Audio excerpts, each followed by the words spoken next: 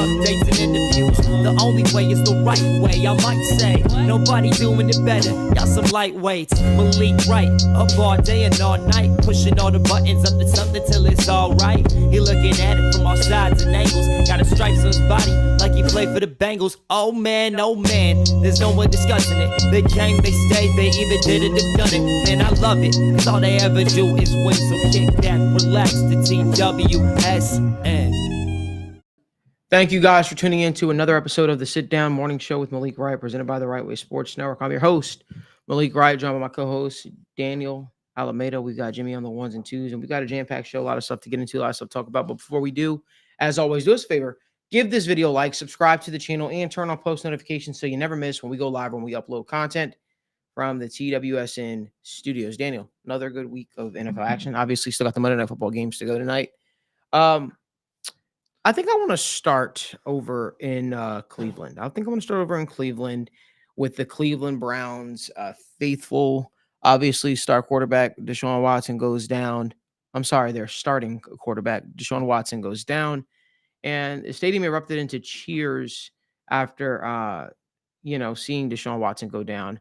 There were some thoughts to be had from their backup quarterback and team leader in Jameis Winston. Jimmy, roll the clip.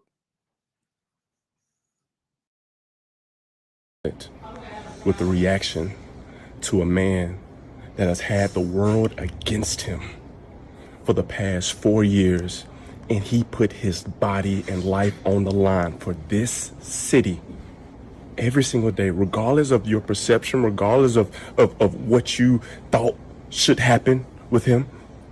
He committed every single day that I've been here to be the best that he can be for this team. And I know I come from the deep South, Birmingham, Alabama, Bessemer, Alabama. So I know the standard that hungry fans want. But the way I was raised, I will never pull on a man when he's down. But I will be the person to lift him up.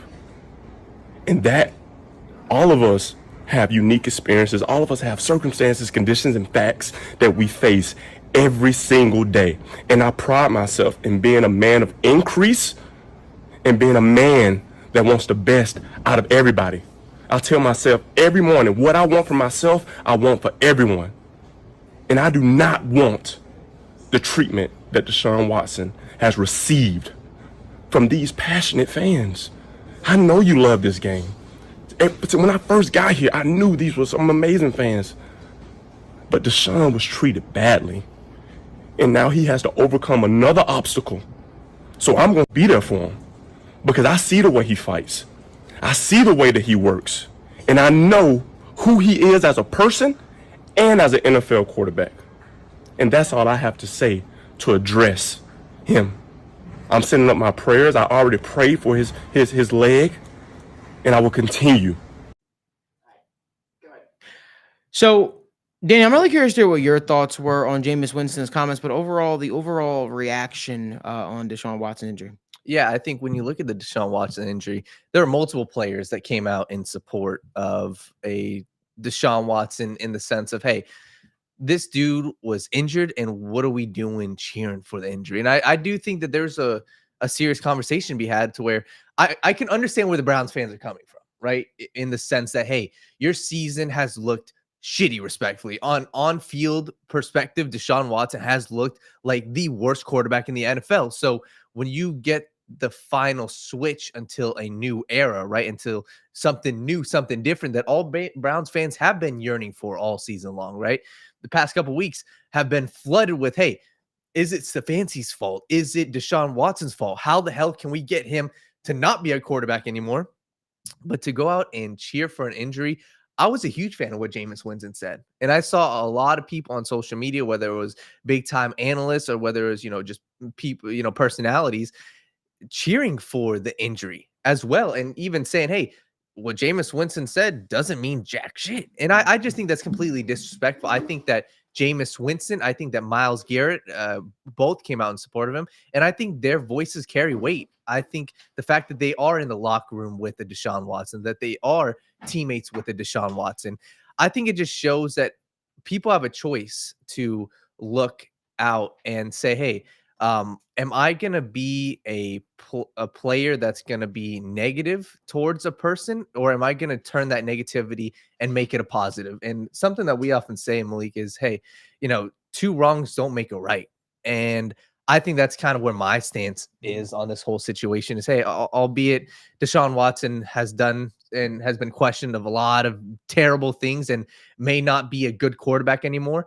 I'm fully in support of what Jameis Winston said. I'm fully in support of what Myles Garrett said. So I just really think that what Jameis Winston said, he does come off over the top at times, Malik, whether it's his practices or whether it's his warmups or whether it's his funny speeches.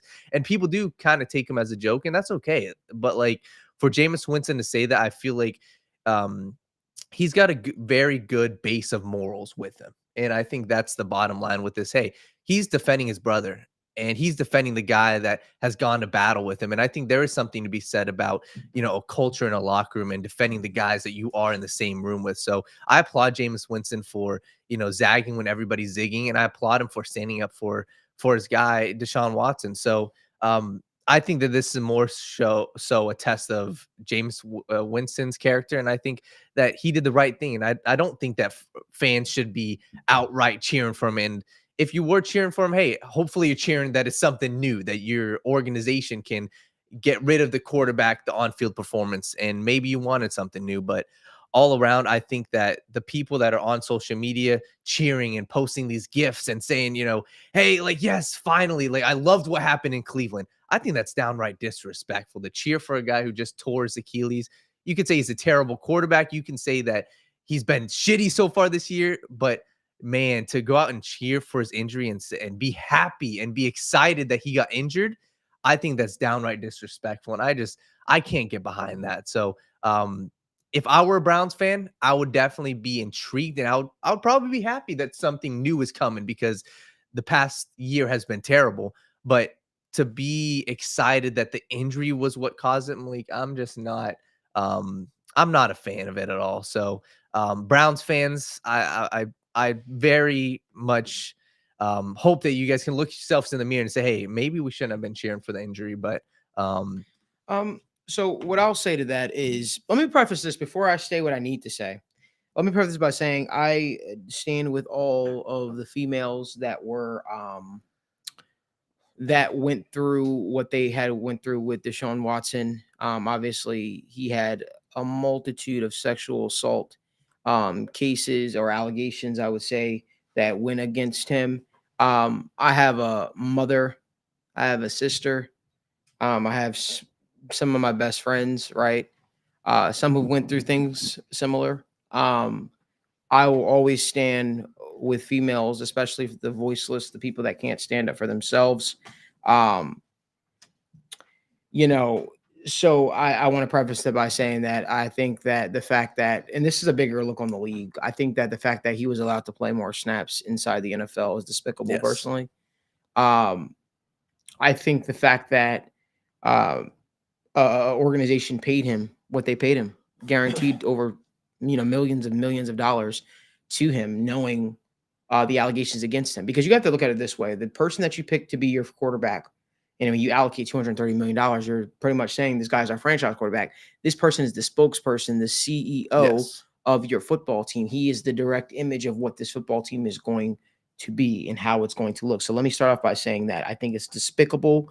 I think it's egregious. And I do not stand with Deshaun Watson on any level.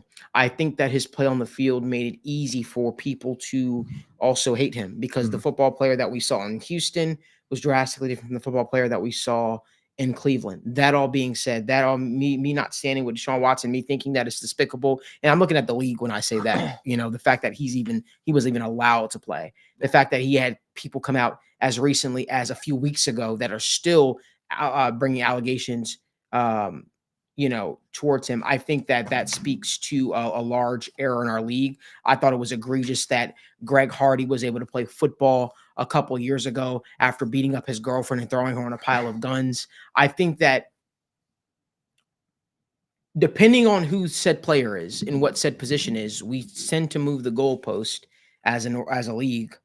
for said person. And I think that's a real problem, a bad problem within our sport personally. That's where I stand on it. As far as the fan base cheering, I'm never going to be the person that's going to take a holier than thou standpoint. And that's not what Daniel's doing, and that's not what certain people are doing. Let me just be very clear about that. I just think that my conscience, personally, this is just me. I believe in karma a little bit too much. And I by no means am a perfect person. I don't think anybody is a perfect person, but I try to live my life every single day striving for that. So like, morally speaking, because I want good things for my family, I want good things for my friends, I want good things for my company, I want good health to be brought upon me. I could just never, fans are going to cheer how they want. I'm more so saying there were a lot of people in the media who I hold in high regard, I have a lot of respect for, that I was just hoping to see a little bit more, I guess more of a professional response from, at the end of the day, regardless of opinions, because my opinion, I made it very clear what my opinion is. We also have a platform. We have a platform, and I think too comfortably in society, hate has been used for to push whatever agenda that we have. So I want to be very clear. I don't stand with Deshaun Watson. I think it's egregious that he was able to play another snap of football. Don't think he should have. I think that when you have that many women come forth, where there's smoke, there's fire, and I really hope that the league, we could do a better. We say we care about all these things, right? We care about domestic violence. We care about how people conduct themselves off of the playing field or the court, if you're into NBA or whatever the case may be. But sometimes I feel like when you have the opportunity to bring the hammer down, you don't. And I think it's almost looking at it from a business perspective of how does this line up with my pockets? Yeah. I would say what you want about Adam Silver, the NBA. I think that they handle situations very to the point. Like John Morant's one of the stars of the NBA, right? He's one of the huge stars in the NBA. This guy got suspended for the remainder of the season, basically, for waving a gun, on live. And if he does it again or does anything even close to that, he's probably going to be out of the league. Yep. It's one of those things where you have to be about what you say you're about. And that goes towards all professional leagues, right? Don't care what sport you are in. If you say we stand with women, if you say we're against domestic violence, if you say you're putting all that stuff to the forefront, and it's a focal point of our league, and showing respect is a focal point of our league, you need to make sure that you hold yourself to that standard, even the most tumultuous moments. Make no mistake about it. I'm just going to say this: I don't care who I'm a fan of, right? If my star quarterback, if Joe Burrow got accused of some stuff like that, it would be very hard for me to root for that guy. I don't think I'd be able to be honest with you. I don't care if does it help this team? Yeah. Does it make us a championship contender? Does losing that guy hurt? No, but at some point your morals have to go beyond just the game.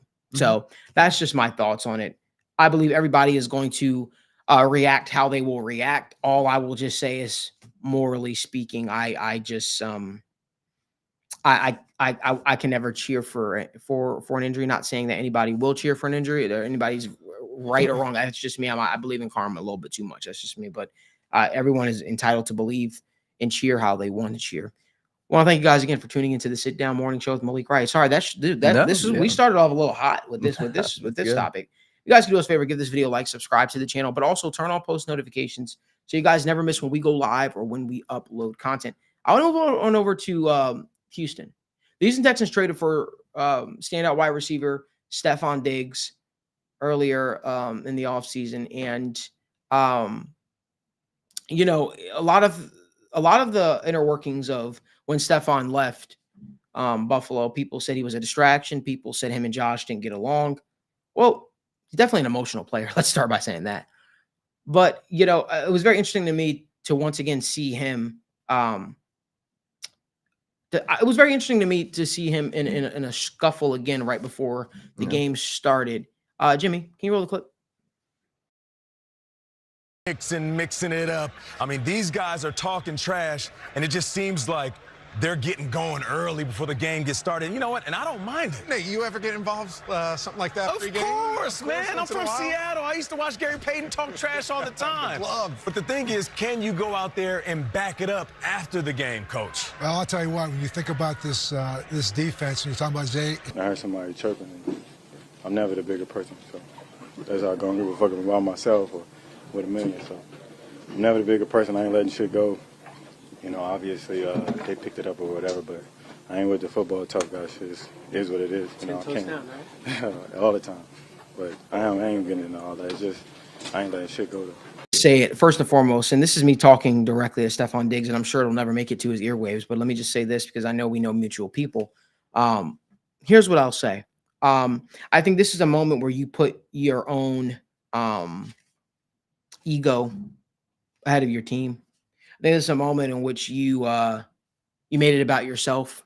And I'm not here to say that contributed to your loss. That's not what I'm going to say. But it wouldn't be shocking if it did.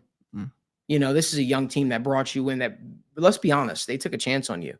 When most people were saying, we're writing this guy off because he's this, he's that. In the third, you go there and right before the game, a big game at that. And it's one of those games where, let's face it, it was a big game. It was against an up-and-coming Green Bay Packers team. You're an up-and-coming Houston Texans team. You look for leaders. You know, I love what the Texans did this offseason. They tried to add leaders to the team. They try to add people to the team that would enhance the locker room, but also provide them with stable leadership. I look at the Stefon Diggs thing, and I just say this is a guy that can't get out of his own way. Minnesota had issues with him. Buffalo had issues with him. And now the Houston are finding themselves having a little bit of issues and getting, because it's a thing about getting your team mentally back in the game. Yep. It's a thing about getting your team mentally back in the game. Very similar to how OBJ was at points, Josh Norman was at points. You know, because you're looked at as a team leader, because it's how good you are, you know, these moments are magnified a little bit. Props to Joe Mixon for taking on the leadership role and being the leader that this Houston Texans team needed, and being able to score 2 touchdowns and being as productive as he has been and showing that he still is one of the better backs in the league, right? I think they needed that.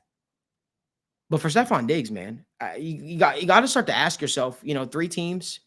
If you're an elite receiver that everyone says he is, I don't think he is. I think he's a standout receiver, which is why I said he's a standout.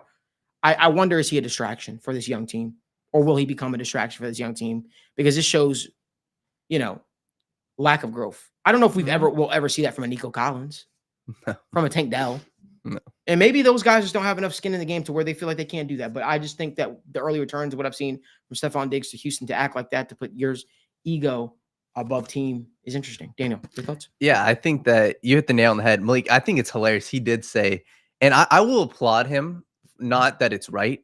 I think that Stefon Diggs is a serious problem to the culture. And like you said, Minnesota, it happened. Buffalo, it happened. Houston, I wouldn't be surprised if it happens.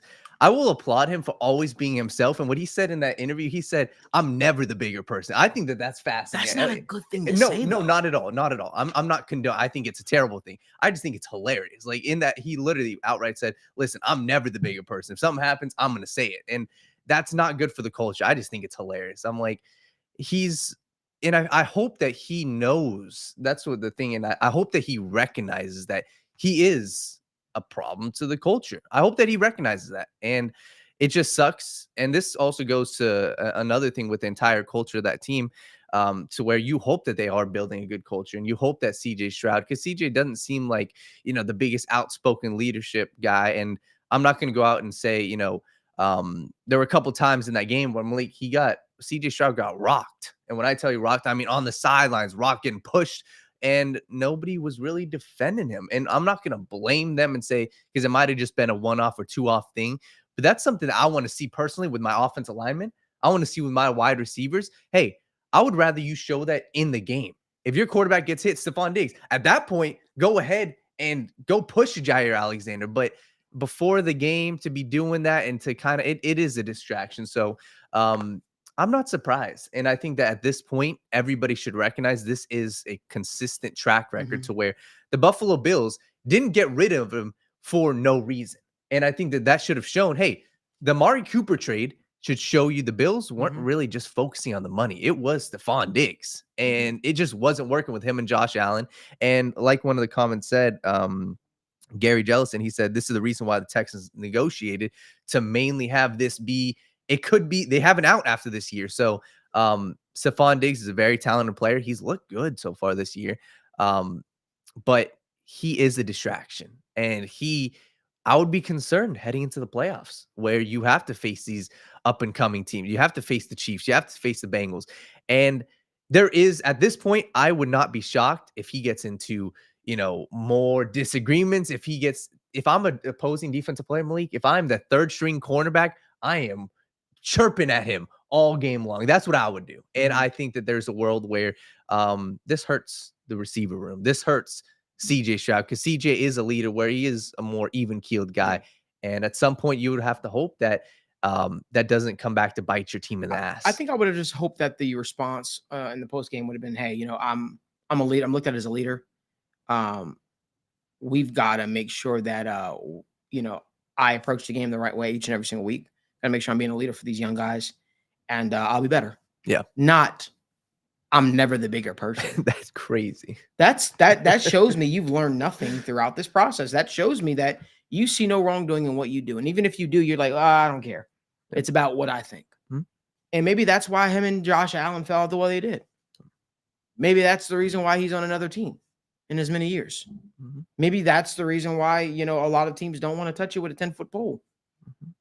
Mm-hmm.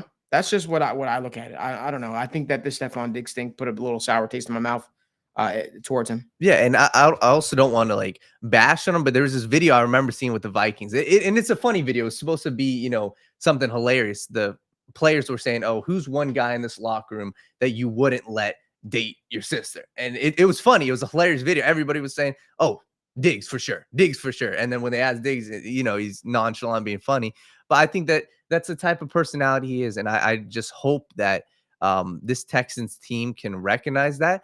And it is a battle of talent versus stuff off the field. And that's a battle we've seen many teams take, Malik. We've seen Bill Belichick take that. We've seen the Raiders, John Gruden, take that. It didn't work out so well with them. So you hope that the Texans can, hey, in this moment, respectfully, your franchise is not established yet. Your culture is not established yet. And in order to get to that point, right now really is the prime years with the CJ Stroud to build that culture and build that success inside that building. And you hope that Stefon Diggs isn't going to ruin what they got going on. So, yeah, it's going to be very interesting. If you guys could do us a favor, give this video a like. Give this video a like, subscribe to the YouTube channel, and turn on post notifications so you guys don't miss when we go live or upload content. I was stunned because Gary Jellison just made a Kendrick Lamar reference in the comment section. He said, "You ain't what the culture feeling." That's kind of crazy.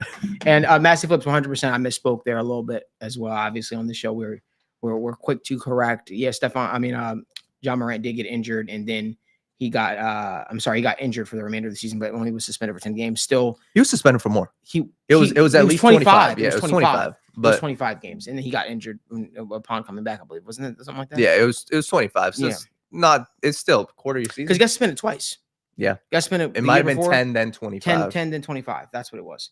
I knew I wasn't crazy. But if you guys could do us a favor, give this video a like, subscribe to the channel, and turn on post notifications so you guys don't miss when we go live. Oh, the one dude who hates me, Evan Shuck, is in the comment section. Appreciate you, Evan, for tuning in for the sit down. I took heed to your advice that you left in the comment section. Yes, we read the comments and how much you hate me and how much you hate when I speak too much. So I appreciate you for tuning in, making us a part of your morning show. Want to keep the conversation moving over to Daniel Jones. Daniel Jones got benched by the New York Giants. Now Brian Dable comes out. He says, "Hey, Daniel Jones is still our guy going forward," because Drew Lock didn't look overly impressive. But Daniel Jones wasn't too happy about it. You think about the psychological impact that has on a guy like Daniel Jones moving forward, a guy that probably was already working his way to get his confidence back up. I'm really curious to what your thoughts are on Daniel Jones being benched by Brian Dable. I certainly have my thoughts. Yeah, it's not working. And I don't think it's ever going to work with Daniel Jones in there. And the reason why I say that, we've seen this time and time again. We've seen this story. He has been successful. He has looked good at points, and he has led this offense to looking very talented, looking like a formidable team. But at this point, if you're 5 years, 6 years into your career and you're getting benched to quote unquote create a spark, damn right Daniel Jones has the chance and has the right to feel like he's frustrated. Like he didn't like it. That's what he said in the post-game press conference. And if I'm Daniel Jones, I don't like it. And if I'm the New York Giants, I'm seriously looking at myself. Respectfully, I can't blame Daniel Jones. Mm-hmm. The dude has been told time and time again, you're our starting guy. If I was the organization this past offseason, I would have said, hey, we're drafting a quarterback. And I think that's where the Giants respectfully are really messing up right now. Daniel Jones has shown what he is. And if they believe that he's the guy to take them to the next level, why the hell are you benching him? If you believe he's your future guy for the next 4 years, I'm sorry, there is no starter in the NFL. If I'm a franchise and if I'm saying, hey, I'm tying serious money into this guy, he is my starter for the next 4 years. I am confident in this quarterback, and I'm benching him in a fourth quarter in a game to create a spark. It would be different if they're saying, hey, the game's out of hand and we're going to bench him. But that's not what they did. Mm-mm. They outright said, hey, we need a spark. So this shows me, one, the Giants, first off, don't know what the hell they're doing. And if they do this offseason, you need to move off of Daniel Jones now. You cannot enter next year with him as your starting quarterback. And they're showing us their hand. And I think that it's wrong of this organization to continue leading on a guy like Daniel Jones. Because, quite frankly, like I said, he's not doing it. But the past 3 years, the past 4 years, you've consistently been showing him, hey, you're our starting guy. We're paying you this money. You're our guy. There is no quarterback, and I'll reiterate, there is no top 10 quarterback, top 15 quarterback that I am pulling out of the game because I need a spark. I am rolling with that guy. And if I don't feel like he's the quarterback for me, I am either getting a new quarterback or I'm telling him, hey, you're in a quarterback battle now. Mm-hmm. But to say, oh, he's our guy moving forward, maybe he's your guy because the other guy you got on your roster, Drew Lock, didn't show anything. So, well, they already allocated the dollars they did to Daniel Jones, right? You Yeah. already put the dollars towards him. And I'll say what I think about this. I think that for an offensive coach, and I hold Zach Taylor to this standard. So let me just hold Brian Dable to the same exact standard. If you're an offensive-minded coach and you're brought in for offense and you can only put up 3 points, offensively speaking, that's an issue for me. Yep. At the very least, be good, be sufficient at what we brought you in to do. And for me, the Giants are anything but that. 3 points against the Philadelphia Eagles. And I get the Eagles have a pretty solid defense. I get that. I understand that. But to put up 3 points, this feels like a move to save his ass. This feels like a move to feel like, because, at the end of the day, if Daniel Jones is out of here, Brian Dable's probably out of here too. Yeah. But I appreciate I appreciate the sentiment to try to put things together. That's just my thought. So Yeah, I'm definitely, like I said, I think that they've got a lot of stuff to figure out with their team. And I look at what's the pathway forward for them. And I think you're right. It is, hey, if Daniel Jones is out, Brian Dable might be out the door as well. And especially it depends on how the rest of the season goes. But if I also believe this is on the front office as well. Like you went out and you were content the past couple years with Daniel Jones. And yes, you added Drew Lock, but I think that this marriage between Daniel Jones and the Giants is over. And I want to make sure we get to the comments as well while we're here. Evan Chuck, I appreciate the comment that you brought back up. It seems like we're having a little back and forth. But one thing about this show, let me just first start by saying, when I wanted to start the show, it was important to me that I included fans in the conversation. It was important to me that I included people in the conversation. And that's why you see me address things a lot, because part of my company's whole mantra is new media. We're going to talk about things. We're not going to shy away from things. We're going to tell you why our takes are what they are. Me being the lead man, I'm going to tell you what my takes are and why they are. You may not always agree with it. But he said, going back to my last comment, Jimmy, he says, you could pull it up. He says, hate is a strong word. I dislike your arrogance, but I'm here for the love of my team. Well, let me start off the arrogance part. I don't feel like that I'm very arrogant. I feel like I'm very humble in my approach, which is why we do as many giveaways and as much stuff as we try to do for fans and for people who like sports in general. So I think that's a little bit off basis. I think that if you're in front of, you said there's the rambling that does it for you. I think if you're in front of a camera, almost every single day, and only day you're not in front of a camera on Saturdays, sometimes you could be, not always be as sharp as possible. So again, I appreciate your comment, man. I don't know if it's going to be a thing where we see eye to eye, but maybe this conversation we could have more so offline. I tried to engage with you via your comment. That didn't happen, but I'm always open for a conversation and to discuss ways that I can improve. But I think arrogance and rambling are things that we should judge people a little bit, more knowing them versus just going off of one video or one topic, if you will. As far as the Daniel Jones thing goes, Daniel, I really think that I think the writing's on the wall for him in New York. I think they obviously made a bad mistake signing that guy to a long-term contract. I'm excited to see what the future holds for this Giants team. I don't know if Brian Dable's in that future, and it sucks because him and Joe Schoen came in together, and I think the expectation was this guy could be the guy to create things. And you know what sucks? I believe Brian Dable's a good coach. Mm-hmm. I think Brian Dable's in a spot where he knows what his limitations are for his quarterback, and I just don't think that he thinks he can win with the guy that he has.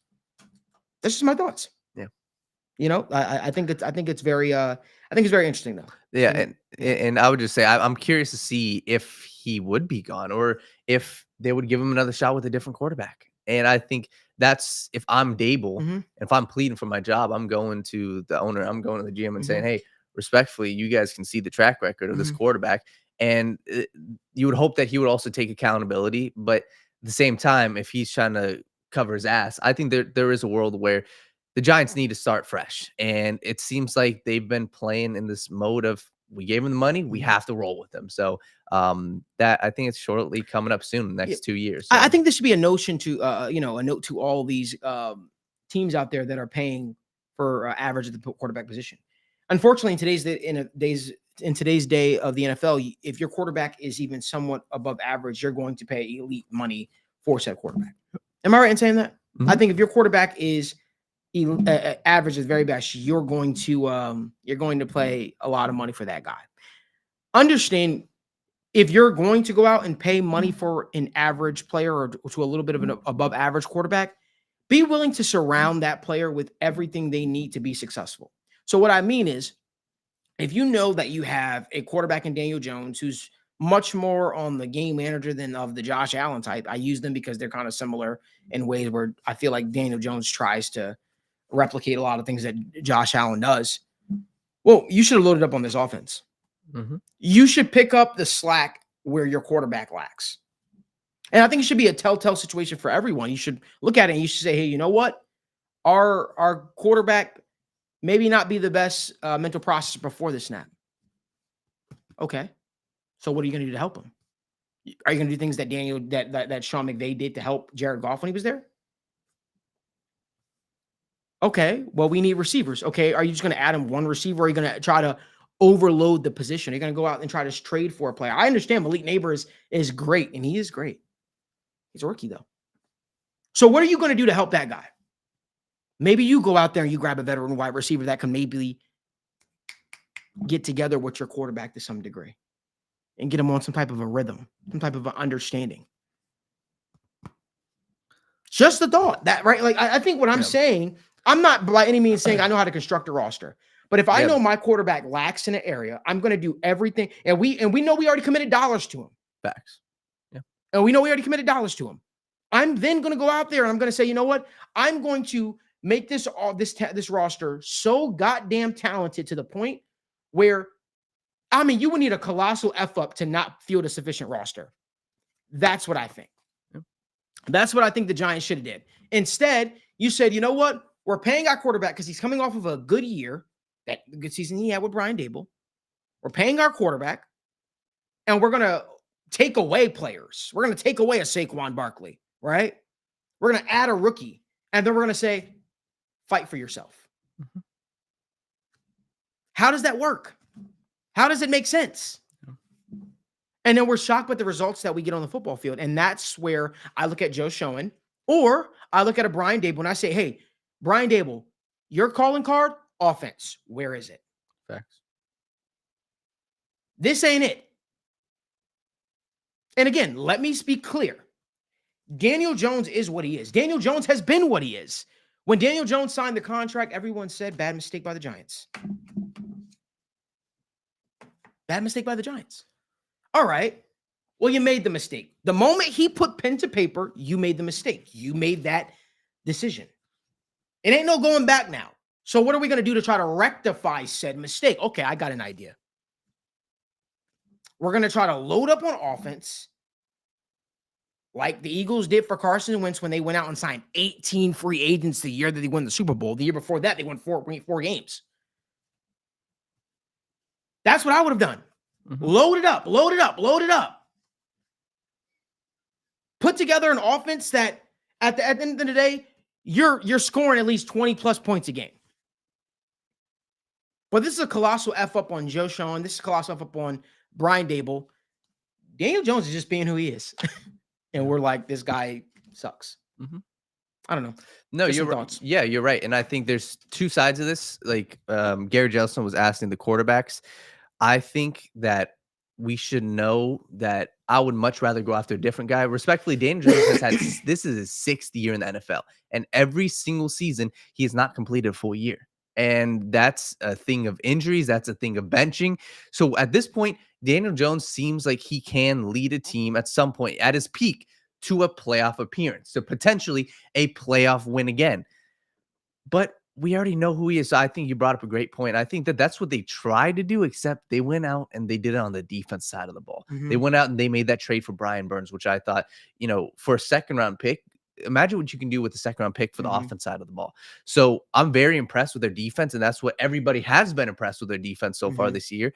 But this is a team where you are not built like the 49ers to where you can just dominate and then expect your offensive scheme to have serious success in the playoffs. And if that's the route that you want to go, if the route that you want to go is we're going to build that dominant defense, then at that point, it is on Brian Dable. Mm-hmm. And at that point, you're saying, hey, Brian, we're building this elite defense and we're giving you the pieces on offense. Mm-hmm. We hope that your scheme is ready for that. But I don't think that the Giants offense is ready for that. Obviously, they lost their left tackle. The offensive line has been in shambles.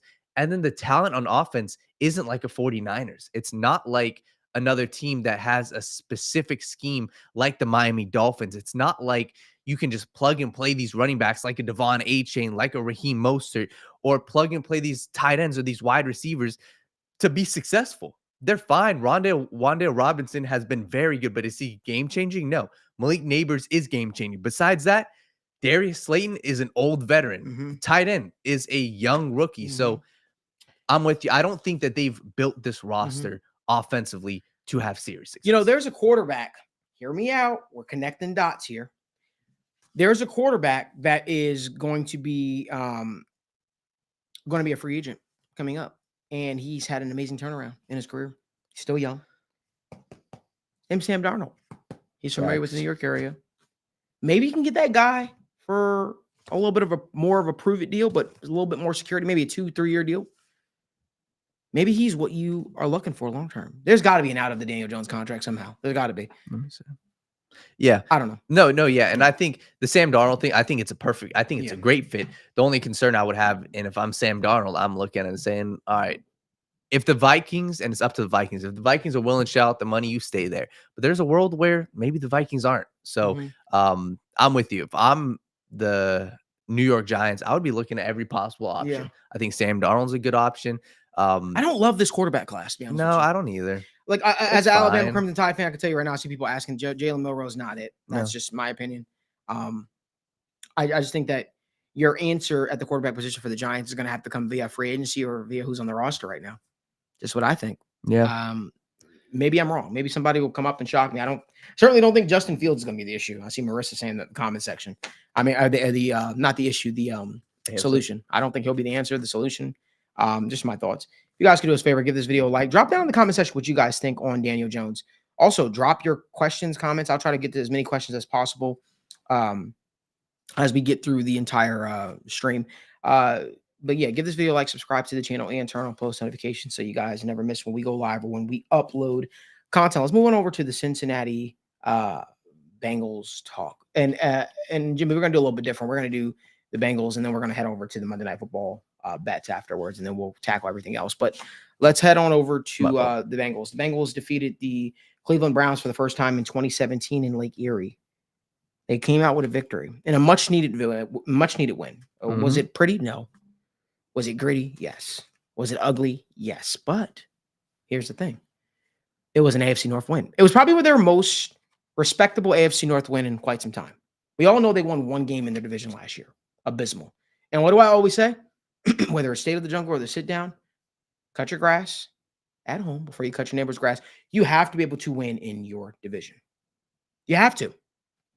And if you can't, well, all the other stuff we talk about, playoffs and all that stuff like that, kind of go out the window. Yeah. Championship aspirations go out the window. Bengals are 3-4 now. And I'm sitting here like, wow, okay. Now you got the Philadelphia Eagles coming into town for a whiteout game. Big game, huge game.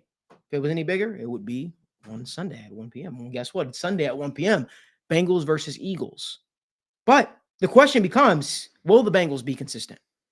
This is an area of concern. Why? Well, the Bengals have now won for the first time this season back-to-back games. Can they rattle them off now?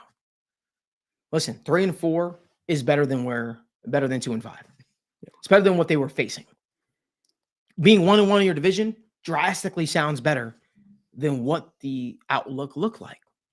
And somehow, you look at it, teams in your division, like the Pittsburgh Steelers, are finding ways to just rattle off victories. You got to keep up. You got to close the gap. The margin for error is so slim for the Bengals right now.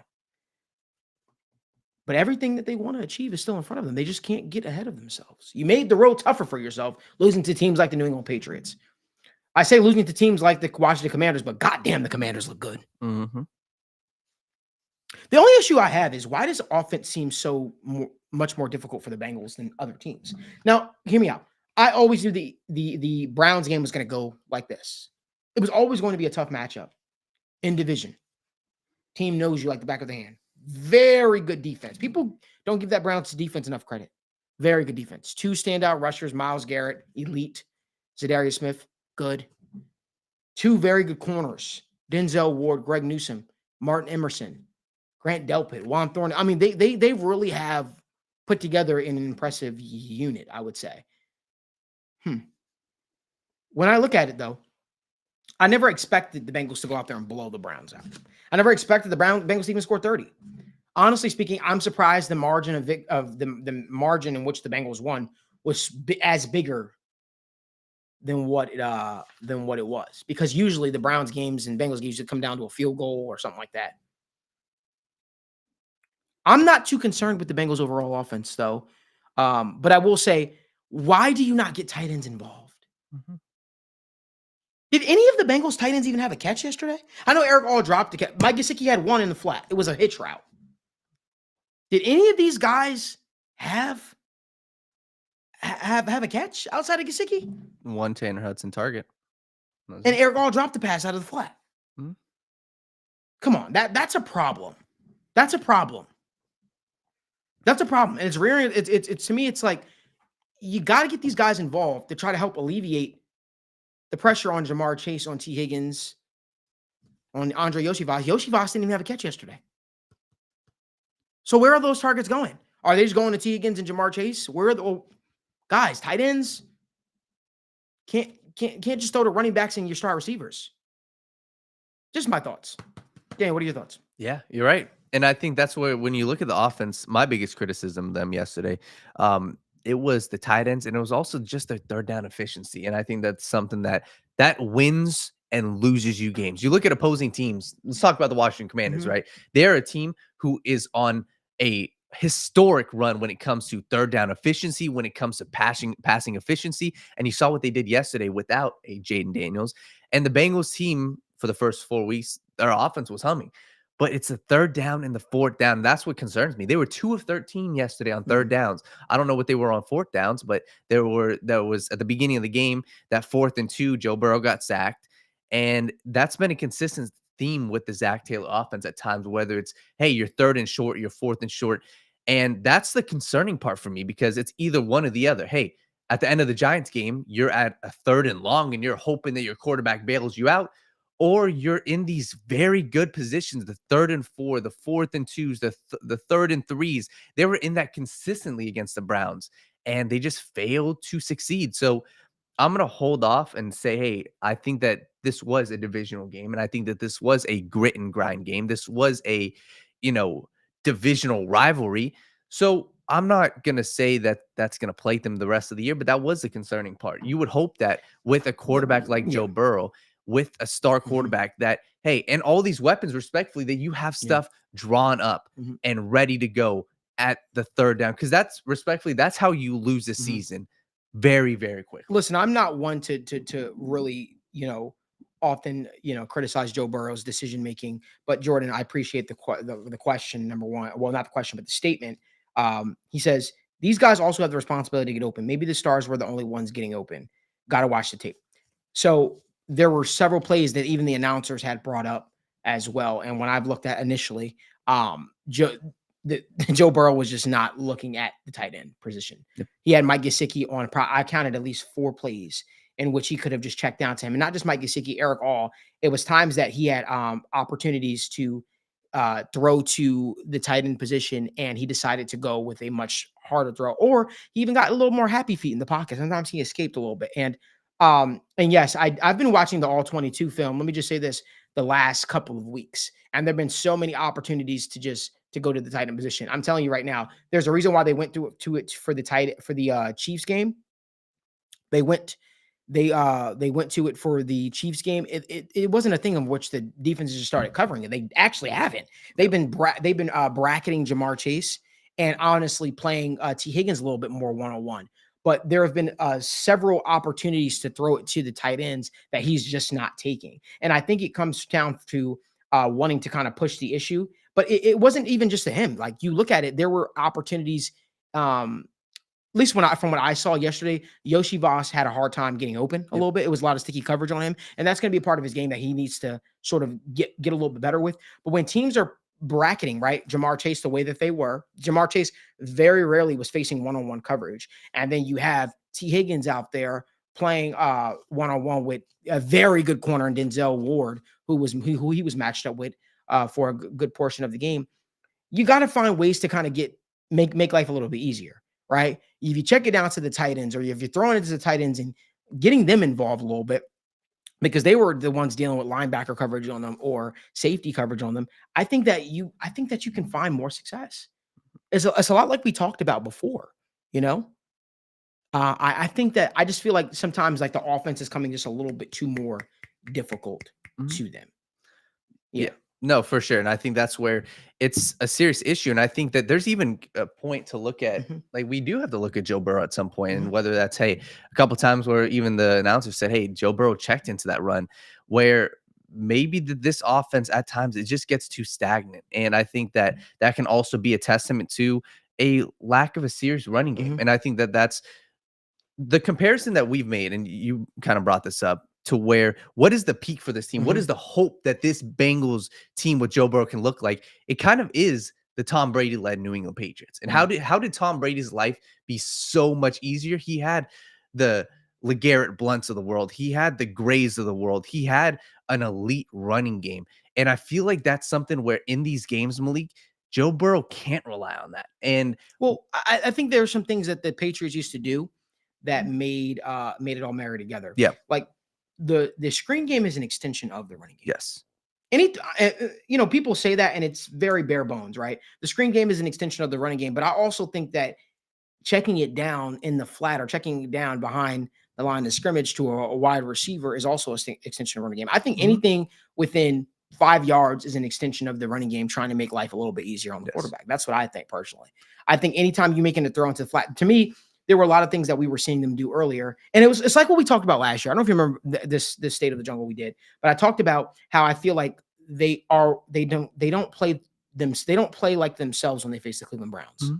They kind of put together almost like a shell of, oh, we don't want Myles Garrett to wreck our game plan, so here's what we're going to do. We're going to just try to put together this cautious, like they coached the game to win, obviously. They that's what they wanted to leave. They wanted to leave out of Cleveland with a victory. So they didn't take as many chances as they should have. You could tell that was a weight lifted off their shoulder, or something that they wanted to do. But because you didn't see the chip screen of Jamar Chase. You didn't see you didn't see a lot of screens out of the backfield to the running back. And I think it was in fear of how Myles Garrett could wreck their game plan. And so I'm just saying, as a coach, it's easy for me to say that sitting behind a desk and a hot mic, but I think you shouldn't allow as great as a player he is, I don't think you should dictate your game plan on if we're, are we going to be aggressive? Are we going to play to try to put more points on the board just based off of the elite pass rusher that the Cleveland Browns have? And I feel like those are some things that they did. When I saw it, there were several opportunities, and it is what it is. Listen, we looked at the film the last couple of weeks, and Jordan, I would love to do a film review with you, my man, if you want to. That's something I'm open to do too. But if you look at the last couple of weeks, they've been talking about the lack of usage of the tight ends, right? When this offense looked the absolute smoothest, it was against the Kansas City Chiefs, right? Tight end position is still a position that I think most people are trying to figure out. And I feel like there were so many opportunities. I'm not understanding why Tanner Hudson's getting as many, the snaps that he's gotten, if you will. Maybe it's just the comfort level with them, but I just feel like if you find those guys like the Mike Gesicki's of the works, Mike Gesicki was lined up against Denzel Ward one-on-one coverage at one point in the game, and I'm always taking that matchup. For as elite as Denzel Ward is as a cornerback, that is what you would call a mismatch, right? No safety help over the top. I'm taking that, and it's like the shots that we do see Joe Burrow take again. Like I think it was it the shot that T Higgins down? It was Andre Osivas. Osivas on Denzel Ward. And it was close. It was close. It was close. I just think that you get more success throwing to those tight ends that literally the announcers were showing wide open, just not even being accounted for, just wide open, running free. And again, I hope that a little bit before the bye week, I'm hoping that he's able to get some type of rapport down with his tight ends. But definitely during the bye week, they need to make sure they get some type of consistency down, because I think if they want to make a run at this thing, the tight end position is going to be a position that they can exploit and do some great things. Yeah. And I think that's where, respectfully, at the beginning of the game, you can't have Tanner Hudson in over Mike Gesicki. And I think that's something where that exact play is something that we've been wanting to see. I've been screaming from the mountaintops, hey, run that tight end seam route. Like, it works, especially against cover 2. It works, guys. And they've just been reluctant to do it. And then the one time you do it, it's with a Mike Gesicki or it's with a Tanner Hudson. So I think that this was a game where, and you're at the point in the season where I think that they're just trying to rattle off wins. And this offense really is, it's a unique offense in the sense that Zach Taylor he does go with the flow of the game. And it really is based off of how the game feels and how the game is going. That's how he's going to call the game. And you go look at the Commanders game, was a completely different, style of game and feel to the game. And then this game, it really was, you're right. Like, hey, we're just going to play just to keep creeping along. And you know what, honestly speaking, I usually criticize Zach Taylor for not having a word I recently just learned, the gumption. To, really exercise those muscles a little bit, the offensive muscles, and call the plays that need to be called in order to, put more points on the board. I could understand why winning in Cleveland was such a big deal. It was something they hadn't done since he's been here. And I can understand why getting just a divisional win caused them to maybe revert back into a situation of, I guess, just timidness to a sense. They did what they had to do to win the game. For me, the only reason why I'm giving him a slight pass, and I hate giving him a pass, is because Orlando Brown did go out the game. Orlando Brown did go out the game. And I think that with Cody Ford in at left tackle, you were just hoping that they could maintain the lead. You didn't want to see that guy getting extended snaps, not in that way, right? Not in that way, and not going up against Myles Garrett. So for me, I can understand why they said, hey, you know what? We're going to go out there and we're going to just try to rattle off a victory here. That doesn't make it right. That doesn't make it cool. That doesn't make it sexy, but it was always going to be that type of a game. Yeah. That's just my thoughts. And the final thing I'll say on this is, respectfully, at this point, right, we're talking about this game. Who's talking about the Giants game? And what I mean by that is it's 1 week at a time. And once you get past that week, inside that locker room, maybe they're discussing and looking at the film. But once you get a win on the board, just kind of forget about it and just move on to the next. And I think that's what this game represents is, hey, no matter how it looked, at the end of the day, we can look towards next week and literally forget about how they played. And you hope that they would take the negatives like the tight ends and move that forward. But I think that's the positive that you can look and say, as bad as the Giants game looked, it was a win. You can push everything aside. And now hopefully the next week, game plan for something different, game plan for a different week. It's almost like what we say all the time. At the end of the day, people are not going to look at the intricacies of the game. They're going to look at the overall record. I could point to a team like the Chiefs right now, who I feel kind of bad in a sense. And it's going to sound stupid. You probably don't think I'm being stupid when I say this, but I promise you I'm not. I think these wins that they're rattling off and the way they're doing in their quarterback not playing well right now, it's creating a false sense of hope. It's creating a sense of, hey, we're just going to walk through every team in the AFC. We're just going to.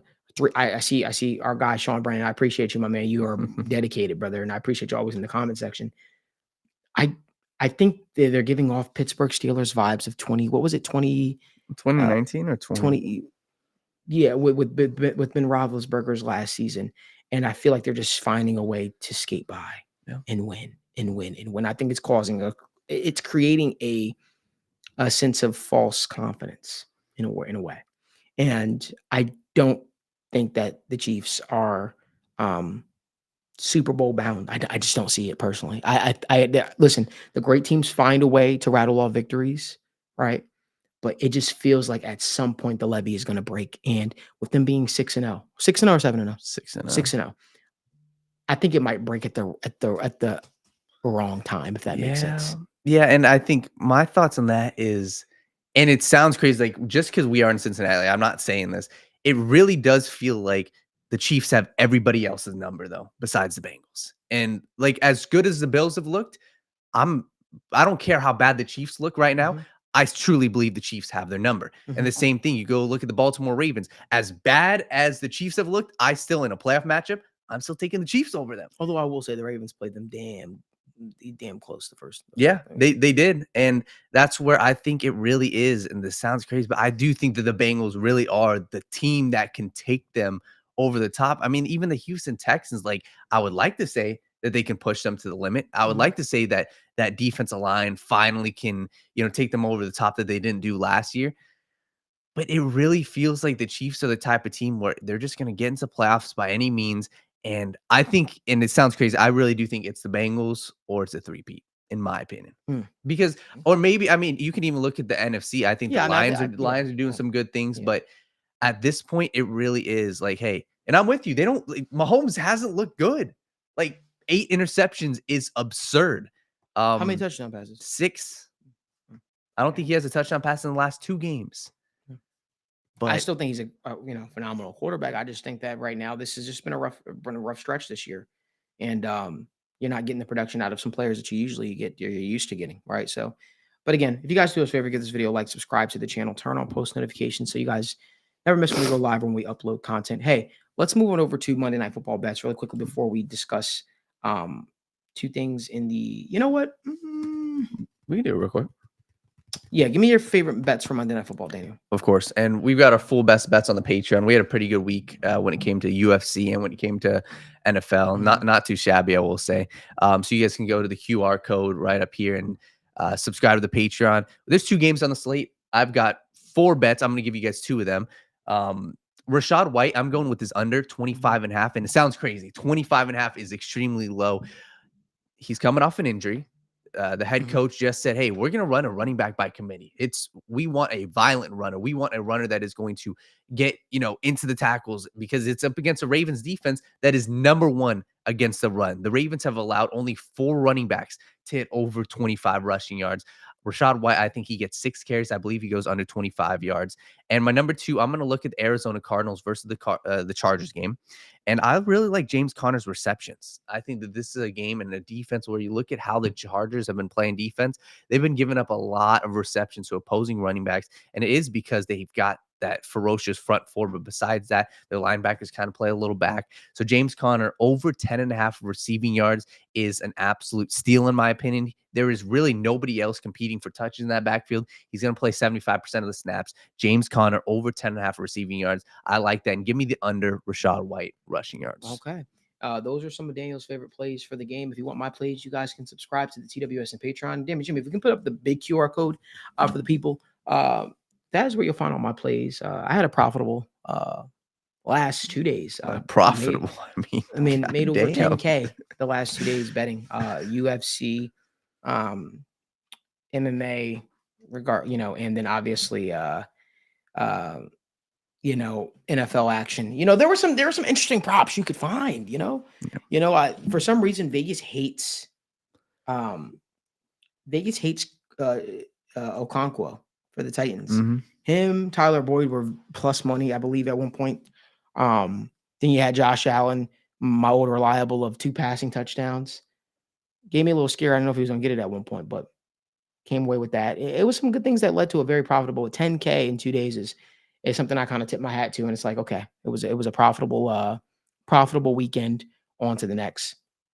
But it's looking pretty promising, I would say. We gotta just keep the ball rolling. We got a big UFC card happening this weekend that I'm pretty jazzed up, pretty excited about too. Huge UFC card. Ilya Holy Topuria shit. taking Yeah. on Max Holloway. It's gonna be huge. It's gonna be huge. It's gonna be huge. And I want to move on over to MMA. No, NBA. Let's move on over to NBA first. One question that I kind of been asking myself lately is obviously, the year two of a player is so impactful and so important, especially a player that's coming in with so much hype. Yes. I think that's something that's very, very important. And for me, when I look at it, I look at Victor this year and I say, okay, is Victor Wembanyama going to be able to take the next step? It's funny. A couple years ago, we wrote the Spurs off. We thought the Spurs were forever going to be, who they are. But if you look at what the Spurs have done, the Spurs have, they've essentially went out there and they rebuilt their team the same way that won them championships previously. A young player, all reliable vets. Let's make it work. We saw it with the Tony Parks of the world, right? We saw it with Kawhi Leonard being a young guy, being around established vets. And then through every era, they've won sort of championships. Now you look at it, they went out and did the exact same thing for a Wemby. Added Chris Paul. Added a guy like Harrison Barnes, right? Who's won championships with the Warriors. They went out and they added guys that they believe are going to, I guess, contribute in a big way. But what people aren't talking about enough is the addition of Chris Paul, what it's going to do for Wemby's overall game. Chris Paul is one of the smartest players. I don't love his tactics. I don't like the things that he does. But even his passing in limited reps, I started to see it looks promising. What are your thoughts, Daniel? I'm a huge fan of this team. And I will say, Malik, it does help to have a prospect like Victor on your team. And I think that the Spurs would be in a completely different spot without him. He gives them so much life and he gives them something to look forward to. And I, quite frankly, I hope this doesn't come off as disrespectful, Greg Popovich, but Victor saved the ending of your career, Greg. And I think that this could have gone a completely different way if it was the Spurs, if they had somebody else on their team. But now it gives you at least a basis to where, hey, Victor is not like any other prospect. He's not like, a guard like a Jalen Green who coming out of the draft was, a huge exciting. It's a lot easier to build a roster around a set piece like a Victor Wembanyama because, hey, he's not a swing guard. He is not a forward, in between being a power forward and a small forward. He is strictly a center, and that's what they tested out last year, and he's worked really well, and he is the centerpiece of your defense.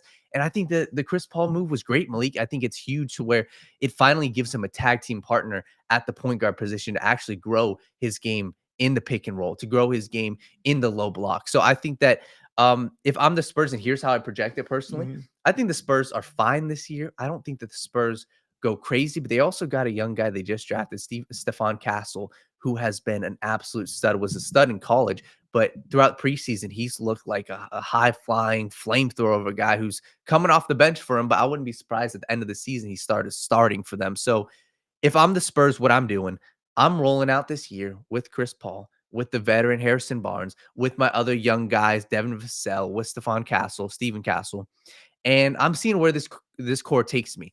And then what I'm doing, Malik, this offseason, I am making it very known. Hey, I need a wing to go out and have serious success for me. And you go look at any other center, Malik, you go look at any of these guys who have similar styles to a Victor. Go look at a Jokic, what they pair him up with. Go look at a Dirk, what they pair him up with. Go look at a Chris Bosh, what they pair him up with. It's either a guard that is an elite scorer, or it's a wing like a LeBron James, like a Kawhi Leonard. That's the type of mold that I'd be looking for if I'm the Spurs. So I'm calling up the Clippers for Kawhi. I'm calling up the Suns for Kevin Durant. I'm calling up the Heat for Jimmy Butler. I'm calling up the Bulls for Zach LaVine. I'm calling up these teams this upcoming offseason and say, hey, I've got picks on days, 2026, 2027. I've got young guys, Devin Vassell, Jeremy Sohan. I've got Keldon Johnson. I've got guys that you can look to and say, hey, if you want to restart your franchise, if you want young pieces, I've got them for you. I'd be calling up the 76ers if they fail and calling up for Paul George. There's an abundance of wings that have serious success. I'd be calling up the Rockets, Malik, for a guy like, this sounds crazy, but your guy Cam Whitmore and Jalen Green. Give me a package of those two guys for Keldon Johnson, Devin Vassell, and a couple first-round picks, and I'd be putting Cam Whitmore as my starter, putting Jalen Green there, and letting those guys roll. So if I'm the Spurs, I think that Victor has a huge chance to really transform this team. Quite frankly, Malik, I think he's going to be the face of the league. Well, let me, because I felt like when I first gave my opinion, I feel like I was kind of all over the place. Let me go a little further. Yeah. When I say this, the Spurs have literally been doing this. They've literally been doing this. Yeah. You think about it, man. They won the championship in 2005, 2007, in 2014. Yeah. And in that span, you look at the roster sort of they had. They had Tim Duncan, Manu Ginobili, Tony Parker, and that was their core. But even then, it was sort of like younger player. I think the youngest player, the younger out of the core was Tony Parker. And what they did was they matched him up with guys like Tim. They matched him. They took a young player, and they matched him up with Tim Duncan, Manu Ginobili, essentially. They did the exact same thing in terms of their roster construction, because they had success with that roster for quite a bit. But then when Kawhi Leonard was in the fold, Kawhi Leonard was their young player. Obviously, he was more so known for his defensive prowess, and his offense took a little bit to come along. But they did the exact same thing. And I'm not saying that the Spurs are necessarily going to win with this roster that they have right now, but I feel like this is the makings of a potential championship roster in the coming years. I believe that. And you look at some of the stuff that they're doing now. What did they do? They went out and they said, hey, you know what? We're going to grab. We had Victor Wembanyama already. We're going to add vets to the team that have won around the league, like the Chris Paul, Devin Vassell. Someone said very sneaky individual. I like Trey Jones personally as the backup point guard. I like him a lot. Jeremy Sohan, right? He's got to realize that this is Wemby's team. I think that was an issue that we saw last year where I feel like sometimes they kind of isolated him out of the game plan. Keldon Johnson's a guy that like. You look at Harrison Barnes, again, we talked about him. Zach Collins is a good backup piece as well. And then you have Victor. This is a solid team. This is a team that could make noise in the West. It's sneaky. It's a sneaky good team. And I like what you said. Maybe they should go out there and they should add some vets and see how that sort of helps them in the long run. Yeah, and I'm going to challenge you one more, Malik. Who was the guy before Tim Duncan? David Robinson. Yeah, David Robinson. Yeah. So it's like they've been doing this. Yeah. And I think obviously NBA and sports, you need a little luck. They need a little luck from the lottery balls to get them Victor Wembanyama. But I'm with it. I think that this team, albeit I don't know if they make the full-on playoffs, I think a play-in spot is in the realm of possibility. And if you're in the play-in, I think that's a win for this team. And I think I'm with you. If I'm looking at this team this year, go develop these guys and see after the season, hey, who can we trade? What can we go after? Because I'm very confident a core with Victor Wembanyama and go get another star. I think that team can do some serious damage, because the one thing I will say for a dude who is 19 years old this year, there has not been another player who has affected opposing offenses like Victor Wembanyama. And I think he's an absolute freak of size. He's unguardable. It's absurd. He's unguardable. If he can stay out of foul trouble, right? Because that was, but he was a rookie last year, and we started to see him clean it up. But who's stopping him? Yep. Who's stopping him? I mean, this guy, he has a 3-point game. He has the ability to drive. He can do it all. He's probably going to win a couple of Defensive Players of the Year awards as well. Yeah. and he's favored to win it this year. So I think like it's as simple as, let's say me and you go out on basketball court. For me, what would irritate me the most if I drive into the paint and there's a 7'3" Yeah. alien That'll there take something out who's of got you, his for sure. hands right here. Right. And go look at how he defended Jokic. Mhm. Last year they had battles, Malik, 30 points back to back. Victor versus Jokic. This dude's here for a long Victor's gonna get time. an MVP. He's gonna get Yes. an MVP. He's gonna get an MVP, and I just think that the Spurs are doing right. I feel like they could have added a little more talent to the roster, but I do feel like right now this is one of those gritty rosters that's gonna shock you because Victor makes up the talent of probably 3 players. You know, you get a guy like that. He is what you call a superstar. Yep. I think you can win a lot of games with him. If you guys could do us a favor, give this video a like, subscribe to the channel, and turn on post notifications. We've been live for an hour and 11 minutes, but let's keep it on over to MMA. Francis Ngannou made his return to mixed martial arts, PFL, rattled it off and became the PFL heavyweight champion and a very dramatic fashion, winning in by devastating knockout. I felt like the guy who was fighting probably took way too many more shots than what he should have. Jimmy, if you can, roll the clip.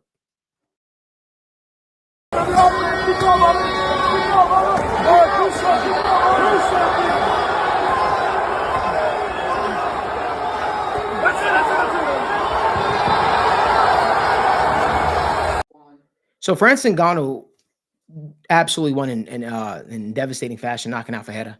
And I think a lot of people thought that Fajeda was going to be able to win this fight. I just never saw it that way. I just thought there was too much said in the press conference. I thought there was too much, obviously with the passing of Francis Ngannou's son, Kobe. I felt like he had a bigger purpose to fight for. And he talked about how I didn't get to fight for my son.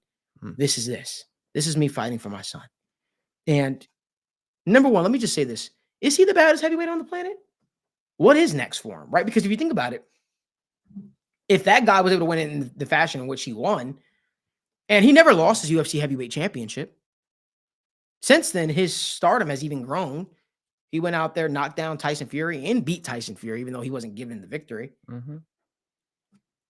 I feel like Francis Ngannou puts asses in seats, and there are some people out there that want to see him return to the UFC. I don't think that ever happens. Yeah. There are some people out there that want to see John Jones versus a Francis Ngannou. But this dude definitely is the baddest man on the planet right now, heavyweight wise. And there are two things you could take away from this. You could say that the talent gap from the UFC versus PFL or other fighting leagues are just drastically different. The UFC have the best heavyweights on the planet.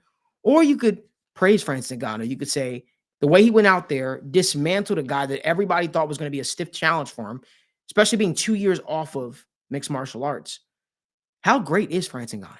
More importantly, what is next for a Francis Ngannou? Daniel, what are your thoughts? I think, first off, props to him. And he's an amazing story. I think he should be what people look up to be honest. I think he is a model human being. And I think the fact that he's a guy who tests his limits, right? For all that people want to say about him, whether it was his skills or whether it was his decision to leave the UFC, whatever it was, this dude has consistently gone from the bottom to the top. He's made it in life. And I think he's the type of guy where he has gone after every single challenge. And not only that, Malik, I applaud him for coming back. He got knocked out in boxing. It was bad. And for him to come back from that, to go into an MMA cage, being away from MMA for, I believe, 2 years, and to go out and look how he did. Yeah, at the beginning, okay, maybe it was looking a little bit rough. That's MMA. So I think what's next for him, I don't know. I think if you go and look at, does he have a reign in PFL and just, continue, dominating other people? But if that was, he was what I saw it for, he was by far and away the best heavyweight in PFL. He was the best. And they said that's what this whole fight card was built around. So if he was the best, what do the next men up have to really offer? So it's maybe he could do that. Malik, there's a name, and this obviously it's in the UFC. I think there's only one dude, and I think they're very comparable. I think it's Tom Aspinall versus Ngannou. I think Tom Aspinall beats him, respectfully. And let me tell you right now, it actually brings me to a great part idea that I have. I think the UFC should break down that third wall, if you will. I think that they should allow cross-promotion fights. I think that's the only way you get the best versus the best. As MMA fans, you don't want guys paying $60 for this pay-per-view or $70 or $80 for that pay-per-view. And then we have all these dream fights that we want to see. Find a way to cross-promote with these promotions. It's good for their publicity, but it's also good for ours, right? And you get to really say, hey, we have the best fighters. I would love to see a cross-promotion event where the UFC doesn't have to deal with Francis Ngannou. The UFC just has to deal with the PFL. Maybe they do PFL, because PFL acquired Bellator. Maybe they do Francis Ngannou versus Tom Aspinall. Who is the baddest man? How many asses can you put in a season? I saw PFL put 3 championship fights on one card. Yeah. And I'm sorry, I think that Leon Edwards' brother is awful, but I just think that there's so many topics out there, right? Like where it's like, okay, who is the best lightweight in the world? Who is the best welterweight in the world? I think there's so much talented guys out there. Like I think there's so many talented guys out there that I think makes a lot of sense for the UFC to do some cross promotion fights, like Agent McHugh at one point when they were talking about doing that. To me, I just think that it would behoove them a lot, like how you see in professional wrestling now. Professional wrestling is breaking down that wall where you see fighters from other promotions coming across doing things.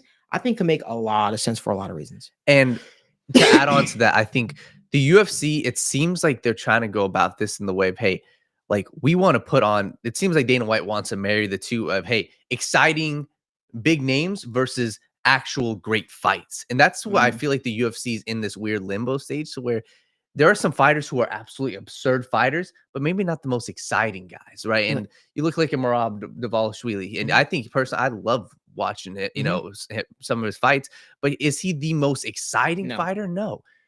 And I go, so sorry to cut you off. Like you think about it right now, like the UFC women's division is hurting at bantamweight a little bit, right? Obviously, Amanda Nunes planning a return. We all know that. Worst kept secret in the world.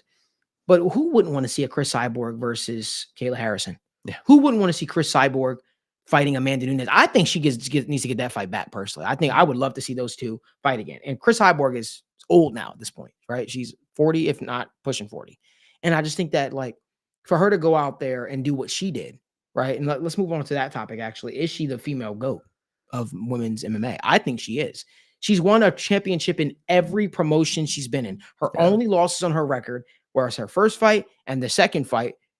The second loss was to Amanda Nunes after she cracked her a little bit. And so to me, I just think that Cris Cyborg's has been timeless, and she's going to reign for as long as she needs to reign. The talent that Cris Cyborg is, the ability to mix it up, striking on the feet, taking it to the ground, controlling her opponent. I think Cris Cyborg is the best. And you know what's crazy? I remember very vividly when Ronda Rousey was ducking her a little bit. Ronda Rousey left the promotion that she was in, so she didn't have to fight Cris Cyborg. And that's why she came to the UFC, and the UFC obviously launched the women's division. I just think that Cris Cyborg, she performed masterfully. I mean, it was an absolute amazing showing. The way she was able to beat Larissa Pacheco, and she was able to make life difficult for her. Right? She took away the strength that Larissa Pacheco was trying to do.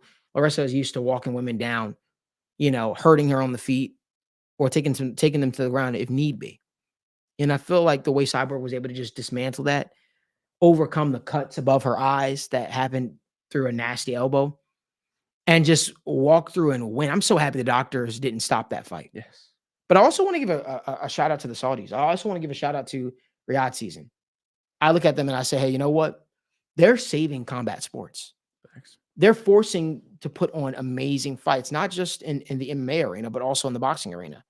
But Cris Cyborg, to me, is the GOAT. I'm really curious to hear what your thoughts are.